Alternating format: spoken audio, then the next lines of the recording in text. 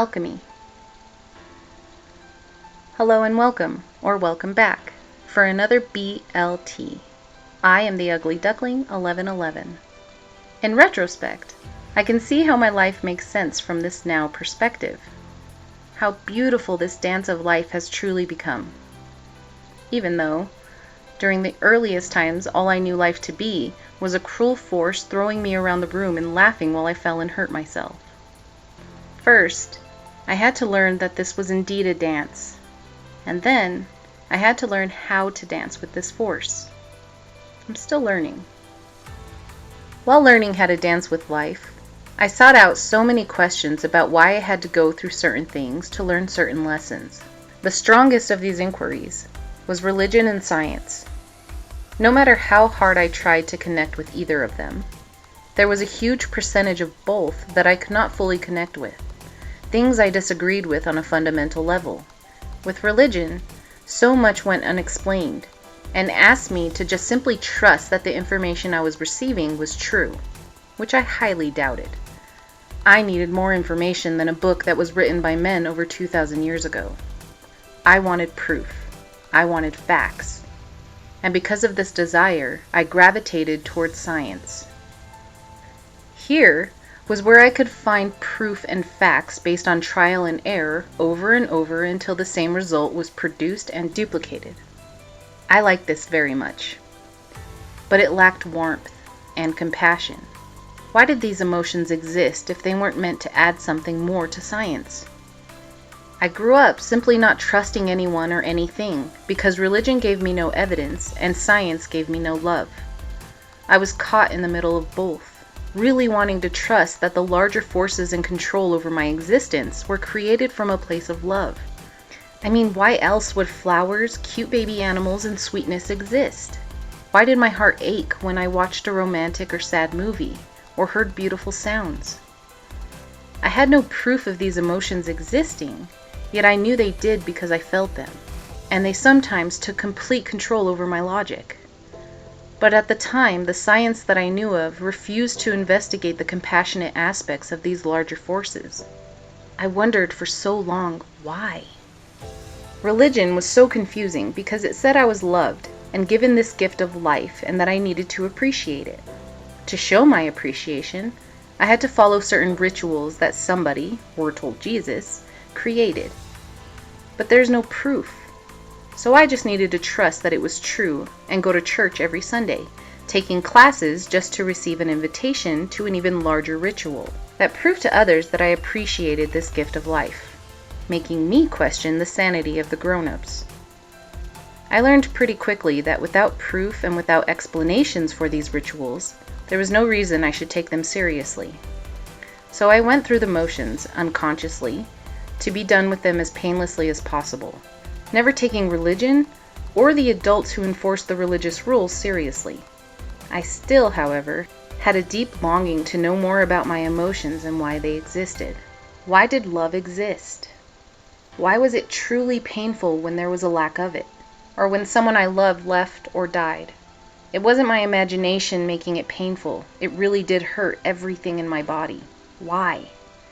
I went to school devouring science and being fascinated with microbiology. I quickly realized that everything looked the same. There were patterns of similarities in the solar system and the microscopic world. We couldn't see either one of them with our naked eye, but science proved they both existed. If things existed that we couldn't physically see with our naked eye, could we sense them with feelings, like love and compassion? I had big questions, and no adult I encountered was prepared to answer them. I didn't have the internet like we do today to ask the entire world my questions and receive endless information.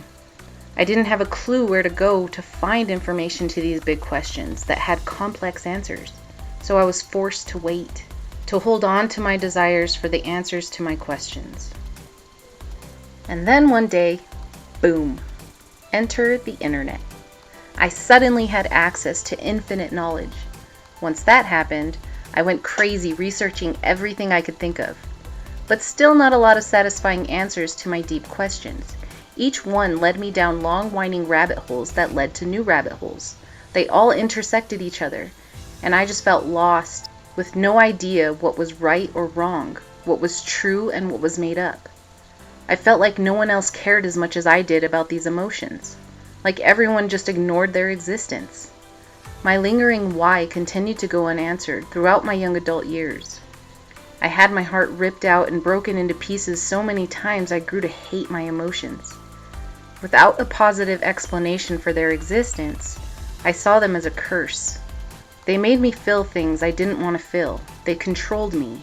My emotions made me perceive myself as inferior to most people because I couldn't turn them off or ignore them like they could. I thought this was a quality I needed to learn to develop to be able to function properly in this world, so I practiced turning them off. I got pretty good at it too, or at least in faking it. I could never really shut them off, but I could pretend I did, and it did help me to make a living. I was able to somewhat function in society, but when I went home at night, I was left with an empty feeling inside. No comforts, no warmth, no compassion within me. I didn't know anyone else like me. I had no one to relate to, no one to say to me that I should listen to my emotions or pay attention to what they were telling me. So I turned to external supplements, food, sugar, alcohol, weed, whatever I wasn't afraid would either immediately kill me or force me to sell my body on the streets for. I assumed this was how it was supposed to be. Everyone was supplementing. I thought they were doing it right, and I was wrong for going against the grain. I gave up my fight. I had spent most of my life rejecting and refusing this way of life. My emotions told me the world had it wrong, and I was correct in my longings. But I silenced them with my supplements, just like everyone else did. Everything negative that had happened to me, I blamed on my emotions. How could the entire world be wrong? I was obviously delusional if I thought I was right for wanting to understand them. Through my observations, it was made painfully obvious to me that I was broken, because I felt guilty for silencing my emotions. Everyone silently or proudly advised me to get rid of this guilt. They knew that to build a successful life in this society, emotions must be silenced. But I knew deep down that was never going to happen. They controlled me. I was a plastic bag caught in the winds of my emotions, and all I could do was hate them. As the years went on, angry as I was, I never released my desire to find my answers. I hoped one day they might find me. And wouldn't you know it, that's exactly what they did. I had to learn certain things before I could fully comprehend and absorb the answers that wanted to find me my entire life. I simply wasn't ready to understand them. It would have been like building a temple on sand. Sand is always loose, moving, and shifting. Without a solid foundation, any temple I built from my knowledge would have been unstable and wouldn't stand the test of time. I wanted truthful answers to my deep questions, but those truths wouldn't have made any sense.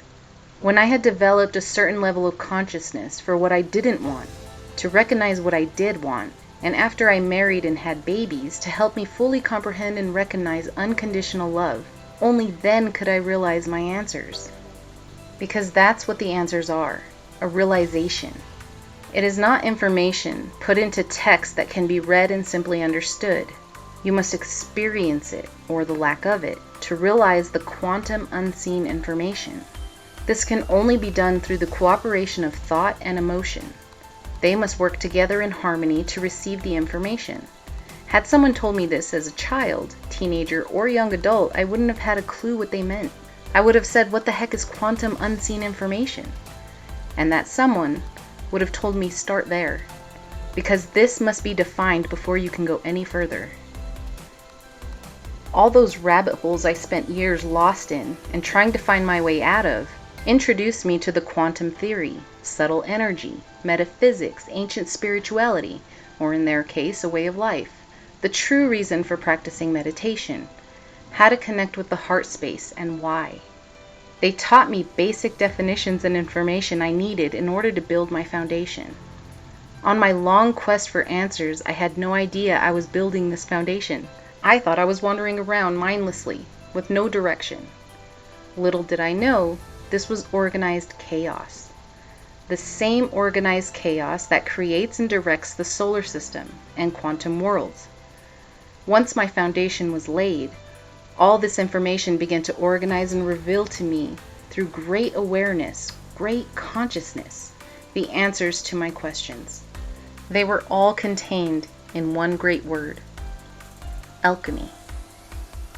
I had come across this word many, many times in my quest for answers. Looking back, it was everywhere. All my answers were. They were always existing all around me, waiting for me to have enough experience and to become conscious enough to realize them, as is everything. All exists now. Consciousness and experience are the keys to realization. We walk around thinking we are making mistakes because there are harsh consequences for our actions, or the lack of them. Life is viewed by our small human minds as chaos, but in reality, it is well thought out and organized. A beautiful symphony that we must learn to dance with, or it will continue to throw us around the room and appear to be laughing when we fall and hurt ourselves. This reveals our level of perception, awareness, consciousness. Here are some definitions of alchemy defined by Google. A medieval chemical science and speculative philosophy aiming to achieve the transmutation of the base metals into gold. The discovery of a universal cure for disease, and the discovery of a means of indefinitely prolonging life. 2. A power or process that changes or transforms something in a mysterious or impressive way. 3. An inexplicable or mysterious transmuting. These definitions explain why I never paid much attention to the deeper meaning of this word. When I was aware enough to realize it, the universe gave me the true meaning, which is located here in these definitions: to transmute. Only it's not speculative, or bizarre, or mysterious, but it certainly is impressive. Science means to take something that is whole and to cut it up into pieces. Before science, we had alchemy. Here's another definition I found. Alchemy is an ancient branch of natural philosophy, a philosophical and proto-scientific tradition that was historically practiced in China, India, the Muslim world, and Europe. We understood then that we were pulling together the forces that have been created by the very origin of the universe, and when we do that, we transform them into something new for our integration of that universe. Today, with just science, we cut up the pieces of the universe and separate the combination of those universal forces. The alchemy is missing, the discovery of what the purpose of this combination is, or what the purpose of these pieces are. We need to ask, what is the intention of this within me? What does this mean for me when I take that which is outside of me and put it within me? This is the meaning of spirituality. Science wants to cut spirituality up into pieces and separate them, without giving thought to the pattern or ceremony. This is paraphrased by Matthias de Stefano. This, to me, explains entirely why I could never fully connect with religion or science. They were missing this crucial piece. My question: what is the meaning for, or the purpose of these emotions within me? Something is happening to me internally, and no one can explain why it's happening. Society has cut them up and separated them into individual feelings: anger, sadness, happiness, humor, passion. I wanted to understand them as a whole, as emotion. I was never going to get my answers from religion or science because their answers were all separated, pieces I was trying all my life to put together. I was lacking the perspective of the whole. First, I needed to realize the difference between religion and spirituality, and then the difference between science and alchemy, to get the entire picture. This whole is the union of spirituality and alchemy. With the whole picture, I understand now that my emotions were my soul's way of communicating with me, guiding me from my heart space. When I felt strong emotions to walk away from someone who was emotionally hurting me, it was my soul telling me, this is not the kind of relationship I am seeking. If it were, my emotions would feel good. This was easily misinterpreted by my human self because almost every experience and relationship I had was experienced through bad emotions. Because my soul was guiding me out of the darkness that I was born into. I was surrounded by experiences and people I didn't want to be around because I had to learn what I didn't want. This led to learning what I do want.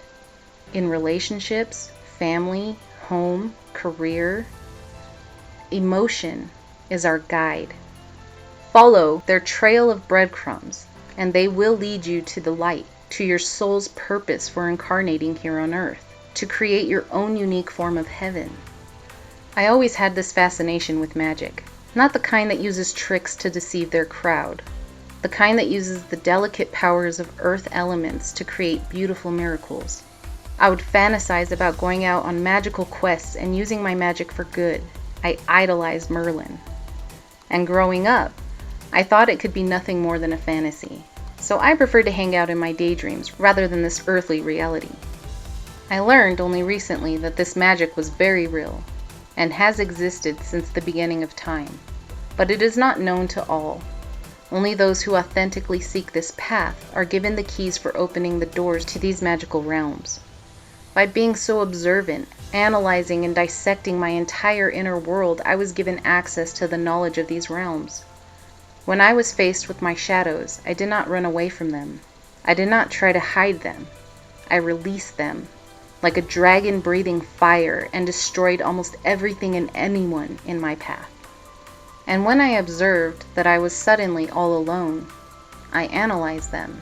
I wanted to know who these shadows were and how they were created, and I sought ways to see them in the light so that I would not fear them, always curious about their origins.